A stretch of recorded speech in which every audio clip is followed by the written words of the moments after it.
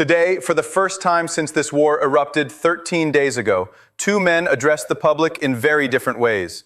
The first appeared via Zoom from an undisclosed location in Israel, visibly tense, speaking in short, urgent bursts, repeatedly using the word crushing, as if trying to convince himself it reflected reality. He declared Iran was being crushed, Israel had never been stronger, and that the new supreme leader of Iran was a puppet incapable of showing his face publicly. He insisted regime change was the ultimate goal and directly addressed the Iranian people, those who were currently sheltering from American bombs. He told them the moment of truth was near, that Israel stood ready to support them, yet ultimately the choice was theirs.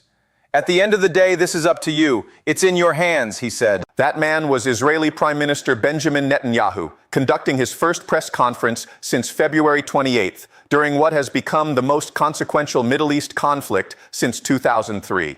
Netanyahu, who reportedly told former President Donald Trump that he had waited 40 years for this exact moment, used his first public address to claim that Iran's fate now rested in the hands of its citizens. The second man did not appear in person. His message was delivered by a news anchor on Iranian state television, while a still photograph of his face was displayed on the screen. Another voice read his words. He has not been seen publicly since February 28th, when American and Israeli bombs struck his family compound, killing his father, mother, wife, and child, and leaving him wounded and in hiding. His precise location remains unknown to the world's most sophisticated intelligence agencies, all of which are actively searching for him. That man is Moshabe Kameh, 56, the newly appointed supreme leader of Iran, speaking publicly for the first time since assuming the nation's highest office 4 days ago. Kameh's statement, which many had anticipated would signal defiance, compromise, or the opening of negotiations, contained neither concession nor compromise. He made it clear Iran would seek revenge for every death, for every building destroyed. We will avenge every martyr. Every citizen killed by the enemy is a case for vengeance in itself, he declared. He vowed to keep the Strait of Hormuz closed and stated that all American military bases in the region must immediately withdraw or face attacks. He warned that Iran was preparing new military fronts in areas where the enemy is inexperienced and vulnerable, which would be activated if the conflict continued. Post-war, he promised compensation from the United States and Israel for every loss. And if those demands were denied, Iran would seize American assets or destroy an equivalent value. This is not the declaration of a weakened Leader or a puppet. Resolute. This is the statement of a man who witnessed his father killed mid-sentence by an airstrike and chose to respond with defiance and determination. Netanyahu's characterization of Kameh as a puppet misses the core truth. Kameh cannot appear publicly, not because he lacks power, but because he is actively being hunted. Israel has publicly stated that it would target whoever succeeded the elder supreme leader, and Kameh is taking extreme precautions to protect himself. From an undisclosed underground location, wounded, with his family buried and his childhood compound reduced to rubble, Kameh is orchestrating a war and issuing commands that challenge even the most powerful military alliances in history. His statement today erased the last hope in Washington that the war could be concluded on American terms. The expectation had been that eliminating Iran's supreme leader would trigger regime collapse, spur mass uprisings, fracture the IRGC, and force negotiations. When the bombs fell and Qam was killed, the CIA and allied intelligence assumed that the IRGC, the military backbone of the regime, deriving its authority from the supreme leader, would lose cohesion, that Iranians would rise against the government in the streets, and that a new, pliable leadership would emerge eager to negotiate. Yet the reality was starkly different. Yes, some Iranians celebrated in isolated instances, but the IRGC did not fracture, the government did not collapse, missiles were launched within hours, and the general population did not rise against a foreign military attack. Nationalism in wartime is not the same as civilian protest in point. Peacetime. Netanyahu's admission today that regime change now depends on the Iranian people reflects the hard truth. The military campaign has reached its limits, and what lies beyond depends on a political uprising that has not materialized and shows no sign of doing so under current conditions. Meanwhile, Kameh's first public statement directly contradicted the narrative that Washington had been hoping to see. For days, Trump and his allies claimed Iran was desperate for talks, that the war would end swiftly, and that the country was seeking a way out. Kame's words made clear that no such opening exists.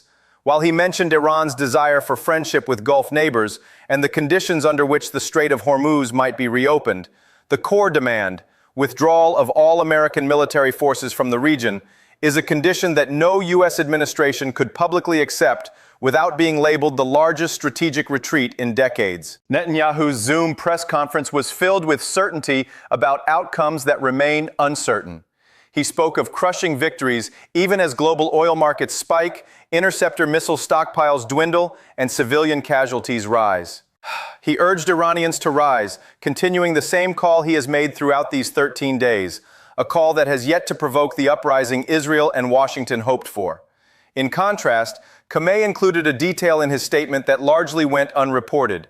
Iran launched missiles named Labik Kam after the new supreme leader himself, not after his father in the past tense, but in the present.